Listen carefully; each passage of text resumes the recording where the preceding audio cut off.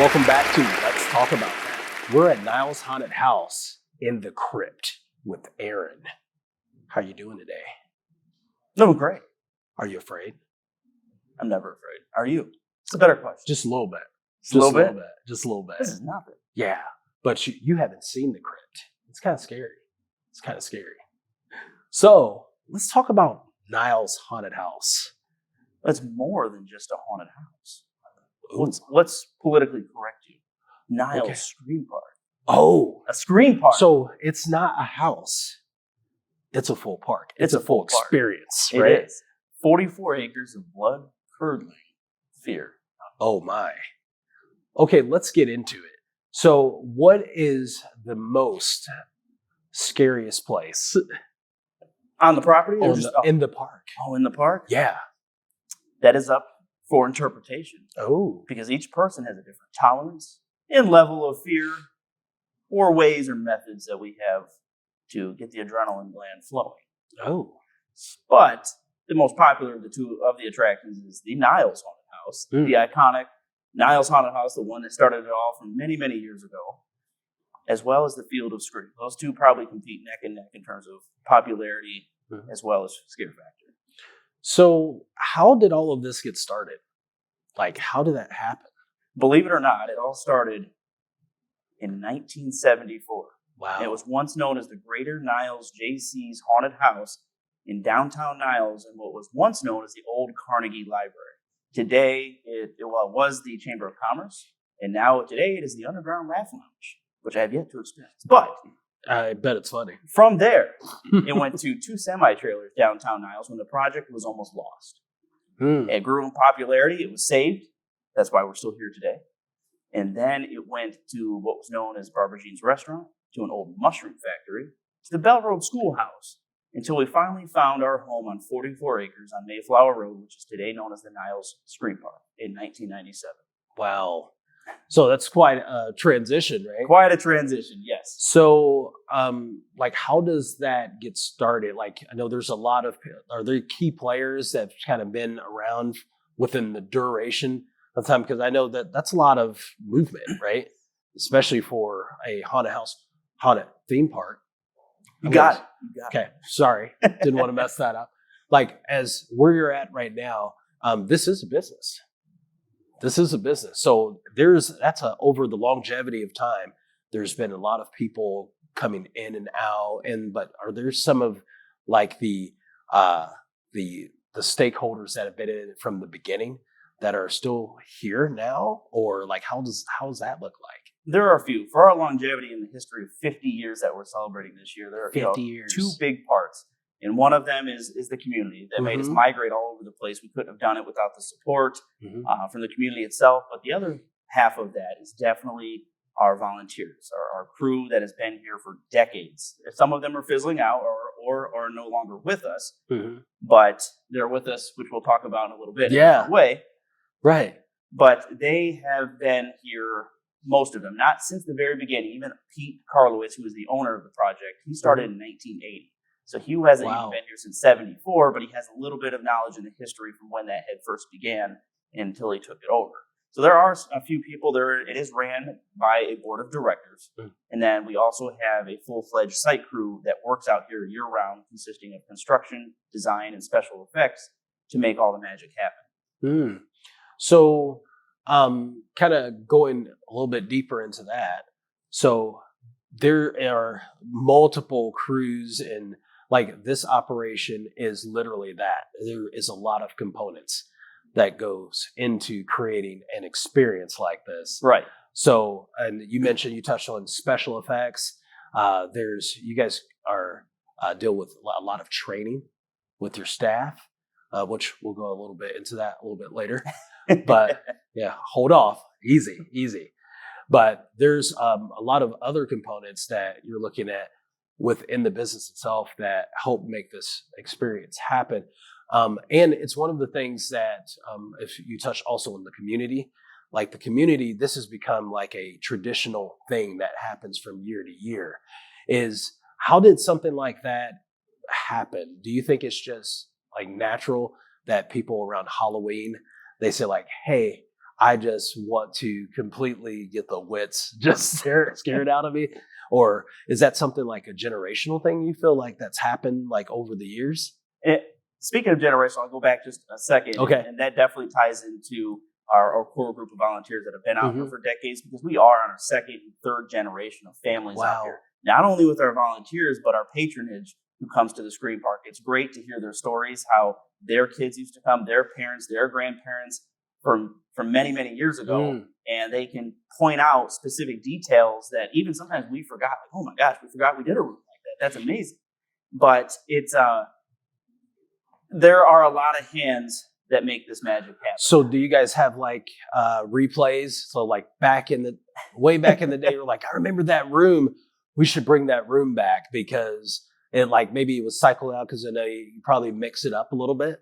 You change some of the I can't give away all the secrets, but like, do you guys look at bringing things back that like just to cycle to keep it fresh? We tried. Yeah. We weren't very good at record keeping back in the day. Yeah. We actually have, for our 50th year of Fear, we actually have what we call the Hall of Fears up on the Midway, where patrons can go freely and go through decades worth of pictures, newspaper articles, videos, old tickets, flyers, things that date back to 74. And it was a pain to find all that stuff. Luckily, we like to call the owner, Pete, a little bit of a hoarder. He likes to keep files on everything. He is a lawyer by trade.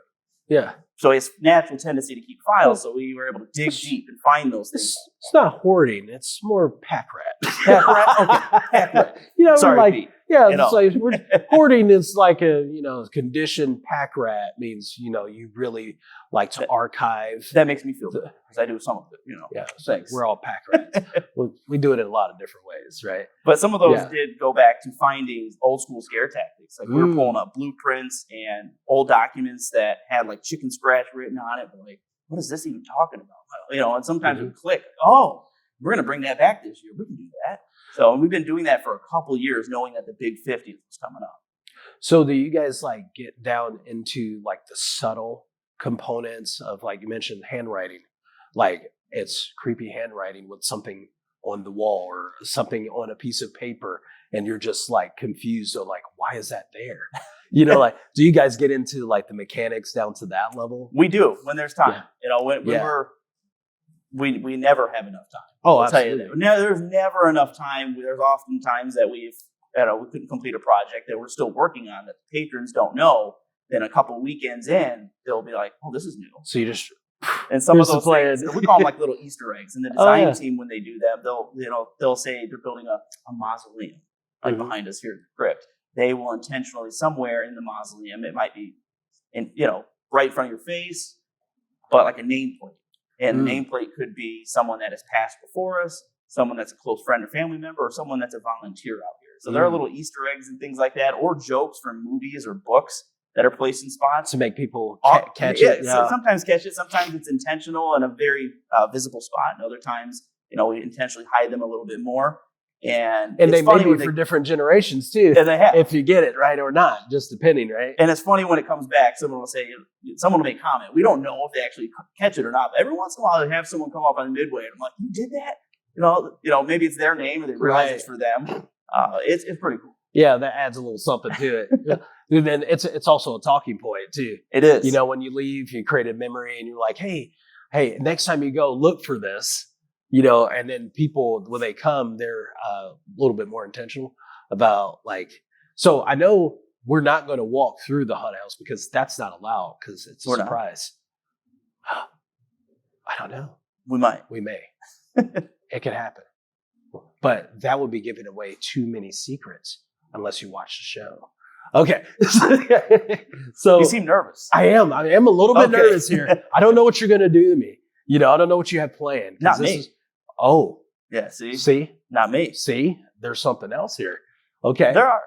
So let's go into a space that no one ever really gets to see unless you are a part of the family here, is the crypt. We didn't know anything about the crypt. We are literally sitting in the crypt right now. Can you talk about what this place is? This is something that the public never sees unless you're a special guest like yourself. Hey. Welcome. Yeah, thank you. So the crypt is a space for all of our actors, our volunteers, our entire full-fledged crew that we offer to them as a way of showing our appreciation.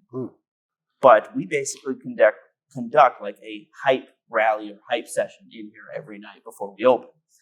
So we'll sometimes do dancing. There might be contests like Limbo or the Macarena for free tickets or even money. The owner will sometimes open up his pocket to do. There are sometimes a couple shows. We feed our creatures or our staff on most nights behind camera that they can't see. But behind us here is we also do what we call the Order of the Crypt, which is a coffin nailing ceremony. We started that last year. So it's going to take a long time to get through our long list of family members. But it started from the top. Those who started the project long before us, they may have moved on. We may have hunted down some of their family members that are still in the area today. But it started with those who, based on the time they were here, as well as the amount of hours they've contributed to the project. So they could have been here 30 years, and they're at the top of the list, or perhaps they put in 12,000 hours. Gottlieb Christ is one of those members who, the only person to ever achieve, I think and that's how many hours we've contributed, the 8,000, 9,000, 10, 11, and 12,000 club before he passed away. But then his family came in and put his dog tag onto the coffin behind us.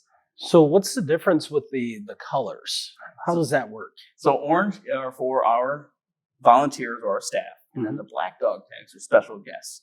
So some of those special guests, a couple weekends ago, we had the original Michael Myers, Tony Moran, actually visit the park. Wow. It was his third visit, but it was his first time ever being inducted in the Order of the Crypt. So he was one of those participants. And then a few weekends ago as well, a big clump of them behind us, is we had a Haunters Against Hate takeover night. So we had actors representing from Wisconsin, Illinois, Michigan, Indiana.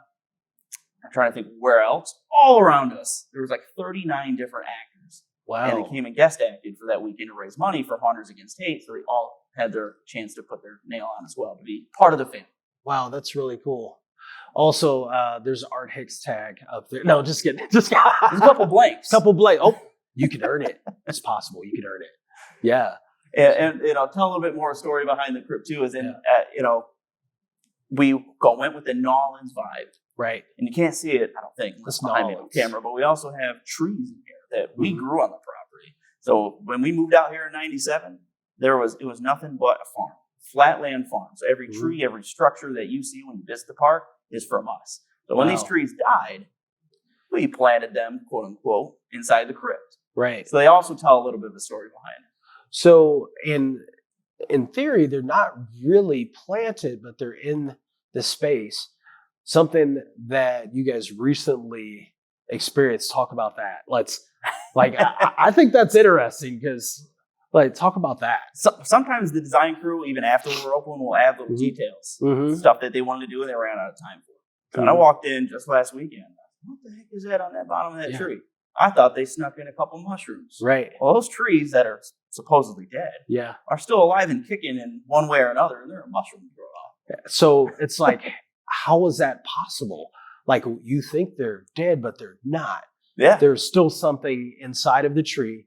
It's still listening.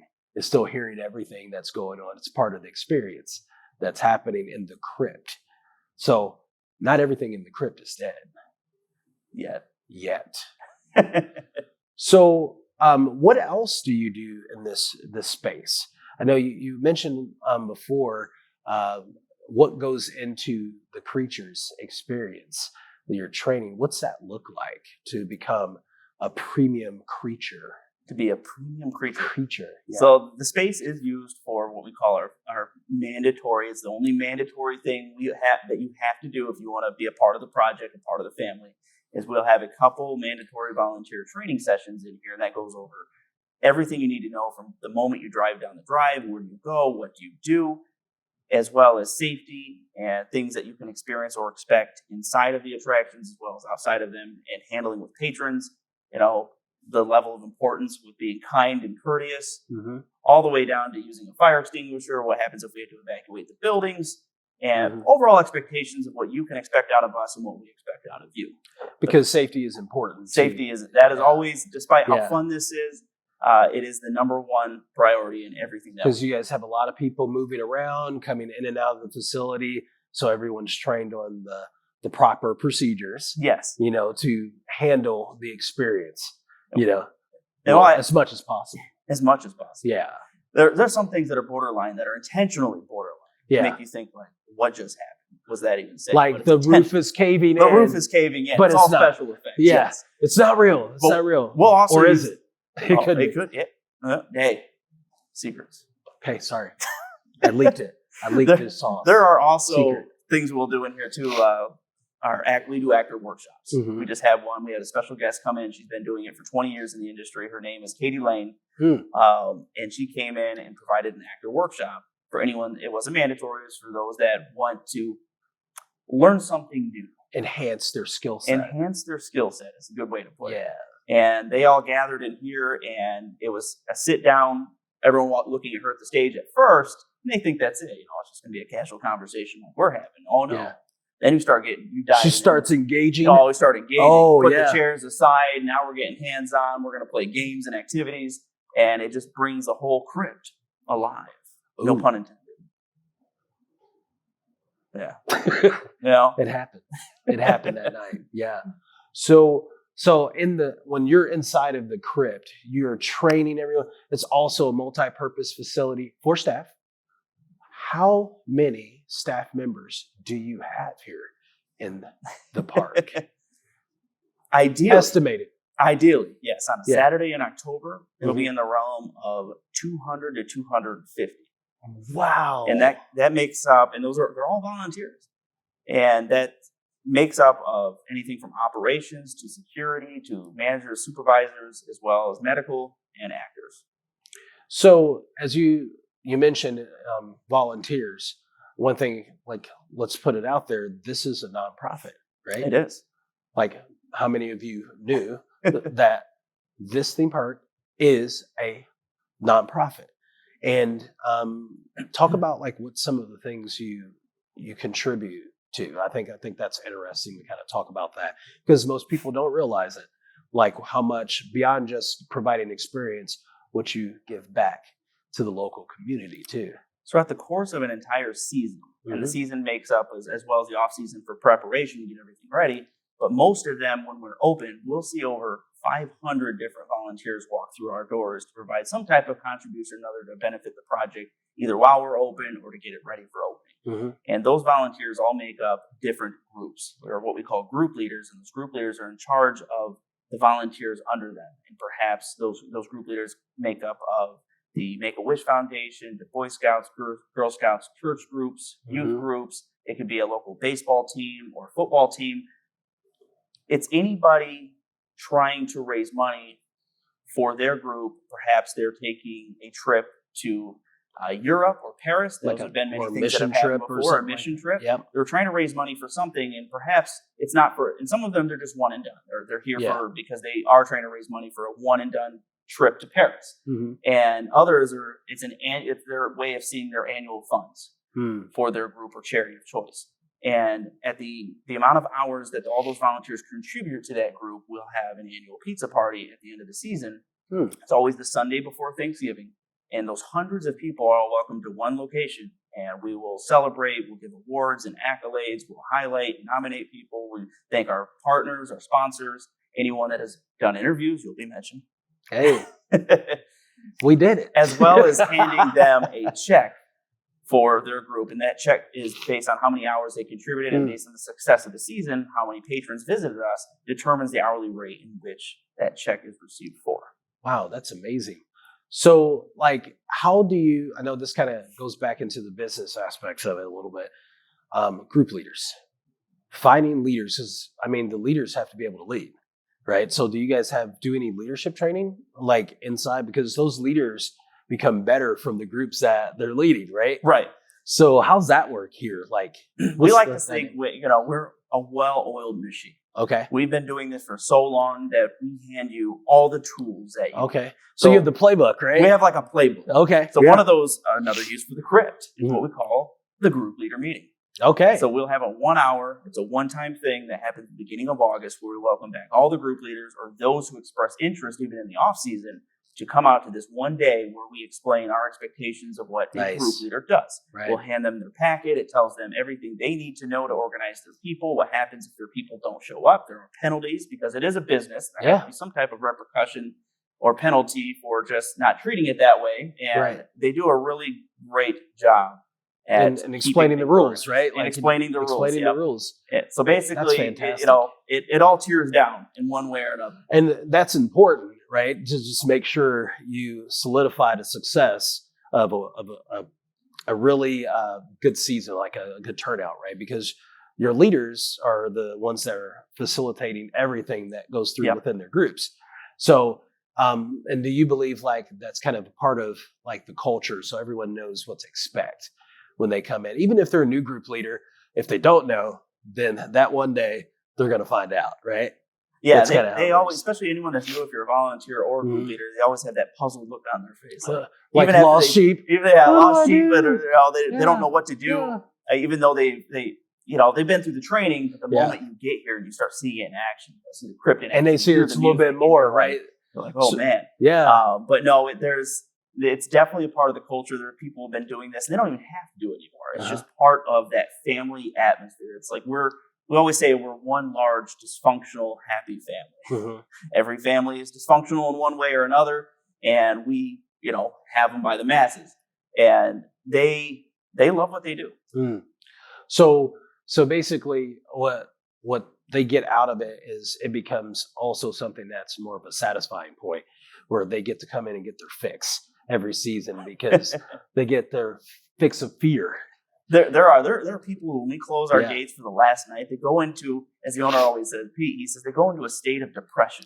They're like, man, those core people who love this, eat, sleep, and breathe it every single day and all night, year round, and it's I'm one of those people. It's like it is bittersweet because I would like a little bit of rest, a little bit of shut eye, to catch up. But how long have you really been doing this? This is my 19th season, which is nothing compared to there are people who've been doing it 20, 30, brinking on 40 years.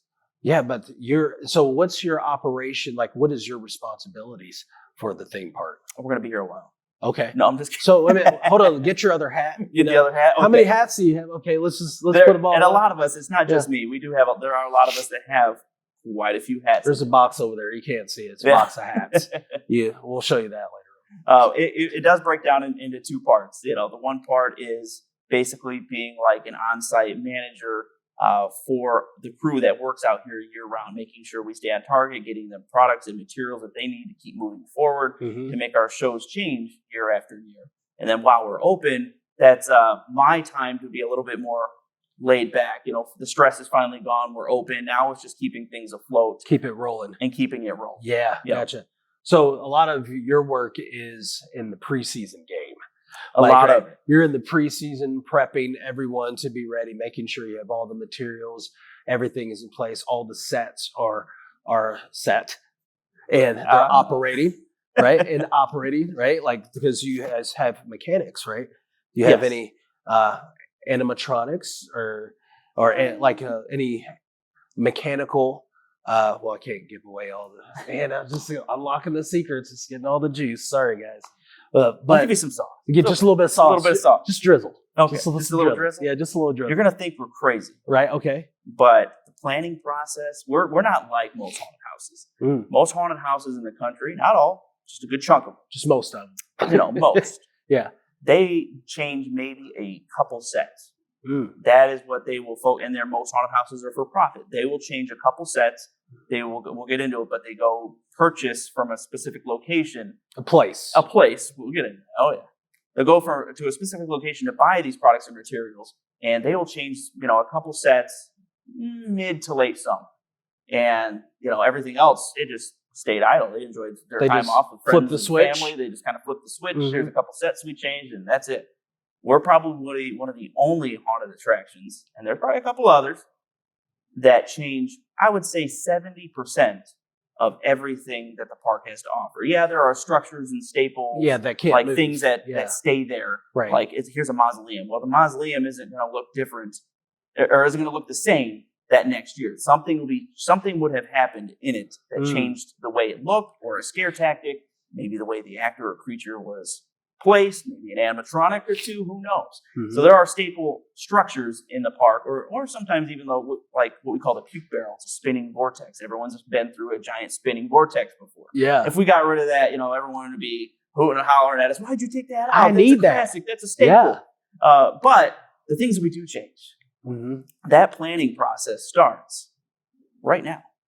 Wow. We already have a show for 2024 in one of our 3 haunted attractions that are inside, already planned out. We have all the rooms named, and we're already making purchases. Inside secret, it's a little drizzle. But that doesn't stop there. Then we will, once the park closes, it'll be a couple weeks in between to get everything inside, weather protected. It is Mother Nature in Michigan. Right. So then in December, it's about the first week of December, we start gutting the shows. So what was once known as Blackbeard's Revenge this year, that'll be gone. That's something we can go see. We'll go see Blackbeard's. Okay. But that show will be gone. And the next year, it'll become something entirely different. And it goes down to the bare bones, like drywall. So it's always it's pretty fresh. It is. Every season you get a fresh experience. So it's not like, oh, I've already done that. I've already been there. No, you're going to get a new experience. So you have to come to the haunted house theme park.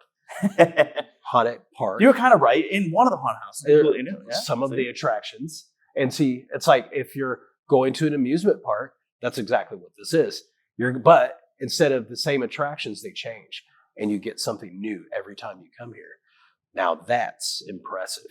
So that takes an immense amount of work. It does. And planning to do. We do it. Probably, I would say, takes about 2 months-ish per show. So you guys 5 days a week, 7 days a week, planning all of this? 5 days in the winter. And then when things get when Mother Nature settles down and makes it a little nicer outside, then it turns into more closer to the summer. We'll be pulling into 6 and 7 days a week. Okay. Or excruciatingly long hours during the week to get it done. But we also visit in the winter. It sounds crazy too, but this is something all haunted attractions in the country or the world even go to, such as Disney and Universal attend this show too. Okay. So in March, there's what is known as Trans World's Halloween and Attraction Show. It's in St. Louis, Missouri. Oh. And that is where people from all over the world go, and there are hundreds and hundreds of vendors that make products, makeup, for you to add to your special attraction. Effects, animatronics to add to your attractions. So that's one of the drizzle. That's a little bit more drizzle. Yeah. So we play it smart. We'll buy stuff in advance. Yeah. We know how this industry works. Right. You may not be able to get it. Right? Oh yeah. Most people wait to buy all this stuff at Transworld. Then it's gone.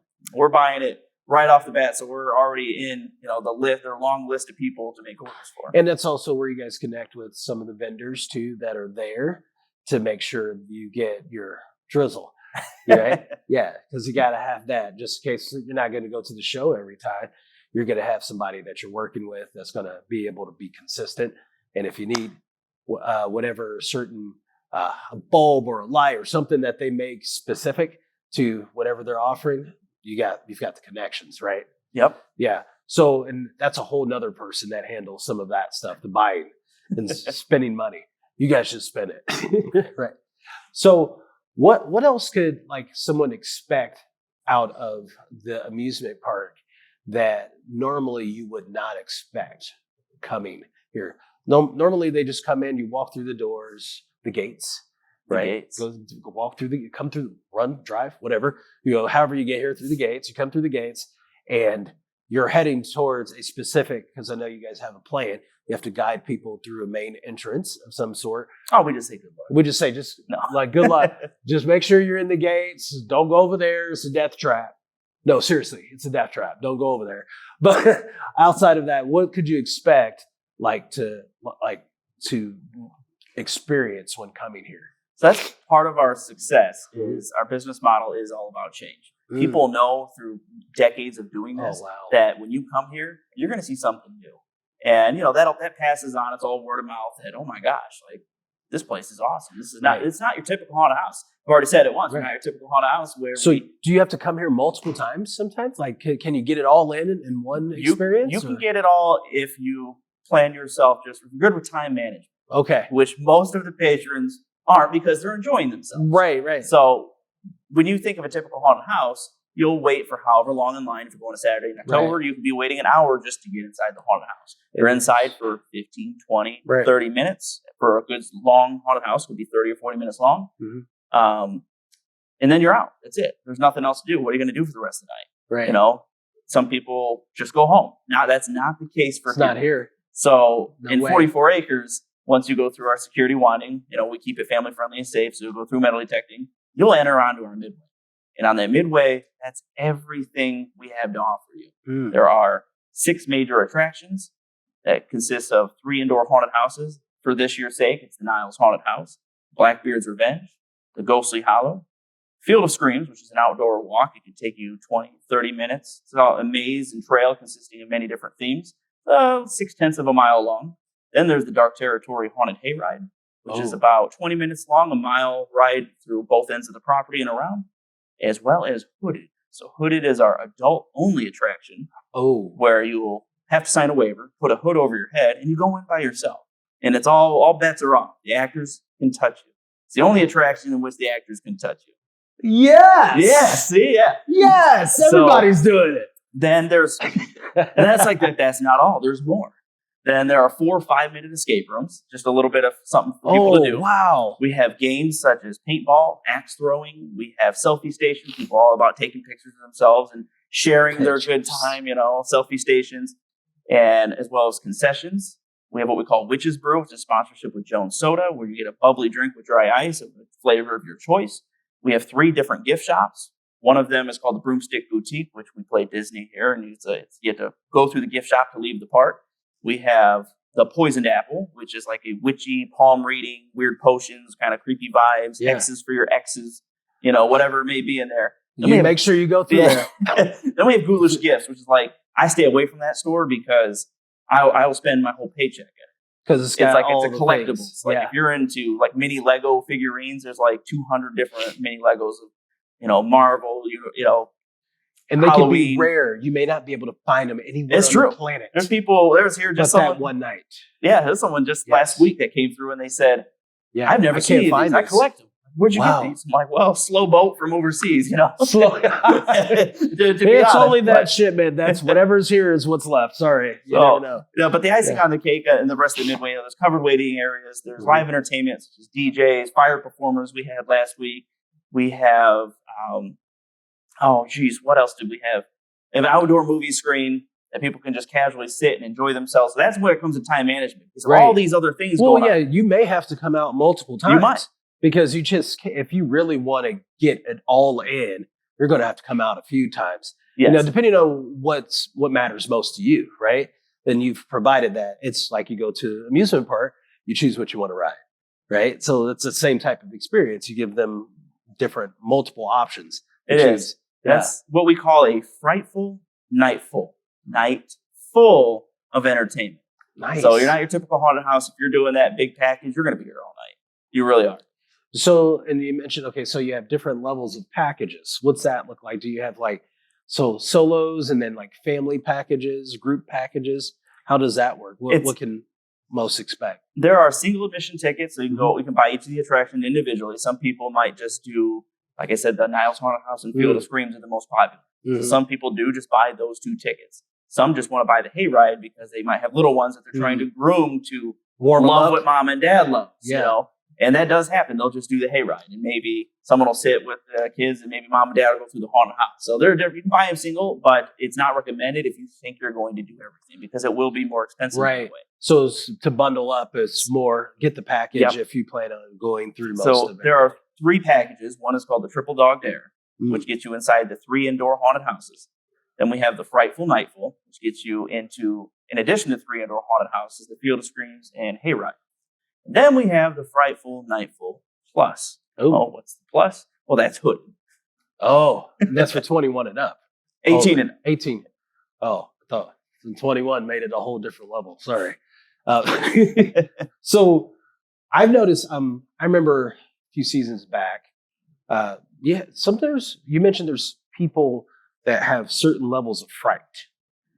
Like, do you guys have like kind of a rating system or anything like that? Because I remember we came in once and one of the gals that was with us, she couldn't make it. She just couldn't make it through. It's just way too scary for her. You know, It depends. Because so here's a disclaimer: this attraction is at level 5. It will scare your pants off. Like, do you guys have different levels? Do you recommend in our own minds? In your own mind? In our own minds. Because that's a surprise, right? Yeah, that's a surprise. You have to be able to give them the level. So, but you mentioned that also so there's certain attractions that for certain kids probably shouldn't go through, right? Because there's certain, is there height requirements or age requirements? Do you have like attractions like that, like a typical? So we don't have an age restriction. Okay. That's one of the most frequently asked questions. Like, can my kid who is 8, Right. 9, 10, whatever it may be, come through? And it's like, the general response is, we don't have an age restriction. Can you except for handle hooded. Hooded, Except for you hooded. have to be an adult only. We do say that our attractions aren't recommended for children under the age of 12. But times have changed. We don't use that as much because people are growing up into watching, regardless if you're a kid or not, watching rated R movies, and that that directly impacts how we have to do the quality of our shows as well, because that's the general expectations. But we always say, your kid better than me. Right. So their tolerance, and we always recommend to just start with the hayride and work your way up. So is it also like it has to be, let's say, accompanied by an adult? Like, is there certain like attractions where like parents don't come over and just drop their kids off and they leave? Like, is there certain like ages, or does that not matter? So it doesn't matter, which says something about our establishment. Okay. Because as of right now, some haunted houses are being more enforceful with this. Yeah. But currently, people literally do drop off their kids. They'll pull right up, drop them off, and say, see you in a few hours. Right. And they'll have their phones on them. They can use them in the attractions, but if they need them, they can use them out in the midway. But that says a lot about the safety and family atmosphere to this Niles Scream Park in itself. Yes. Overall, to tie into the scare factor, we always say a solid 8. We know we're not the scariest haunted house in the country because we intentionally don't use things available to us, different tools and methods that could raise that number up, because we want to keep it family friendly. Right. Keeping it family friendly means more people can contribute to the project. Right. So that says a lot about us, that parents can literally just drop their kids off and say, hey, see you in a few hours. That's awesome. So if you are out there and you say someone wants to come and get the experience here, like the full experience, what would be their next steps? The next steps? Yeah, what's the next step? I mean, you're out there, you're listening right now, you're watching right now, and you want to know the next step. How do I get here? How do I could say, just show up, but don't do that. That's the thing of the past. Yeah. Since COVID, we learned something, and that's called time ticket reservations. Oh. That's something we should have had a long time ago, because it helps regulate the flow of people coming into the park. So we kept that since COVID. Okay. So go on our website, haunted.org, which is awesome. No one can ever have it. How did you get that? Right? Right? Had it since That's the crazy. existence of computers, and we'll never let it go. Never. That's huge. Sorry, I'm a little nerd about that, but that's a solid name. So you go to haunted.org, it'll have our attractions, accommodations. If you were looking for places to stay close by that we recommend, it'll have pricing, it'll have frequently asked questions, because anything and everything that's been asked over the course of time, whether if we're wheelchair accessible, or if it's too scary, or can I bring this bag in, whatever it may be, those FAQs will have it. But also, the most important thing, to get a time ticket reservation is a direct link to buy tickets. So you have slots. We do. Of time. So you can't just show up and say, hey, I'm just going to drop in. There's slots because you guys have to control the flow, right? Because there'd be too many people at once. It's still optional, because we're slowly trying to change something that has been for years of just showing up. Since COVID, even though it's been a couple of years since then, people we're trying to groom our patronage to understand that this new way is a huge benefit. You're scratching our back, we're scratching yours. So if you just show up, you will be allowed entry if that time slot's not booked. So we'll let you in when the next time slot, if it's available. You're on the wait list then. So you're kind of like on a wait list. And it could be over an hour or more before general admission gets put into the park, because we are now prioritizing those who planned ahead and made reservations. But if you're lucky, you got in for the general admission, you're like, that was no problem. You're like, I'm just going to go for it. I mean, you can, but you are paying more. Oh. So general admission, you're going to pay $5 more for a single admission ticket and $10 more for a package ticket. So proper planning. Proper planning. Cheaper online too. I love that. Well, thank you so much for allowing us to capture the fright of the haunted theme park. Oh, my pleasure. All Our right. pleasure. Our pleasure. The spirits that be. We're going to go check them out, right? Yes, we are. All right. Yes. We'll see you on the next episode.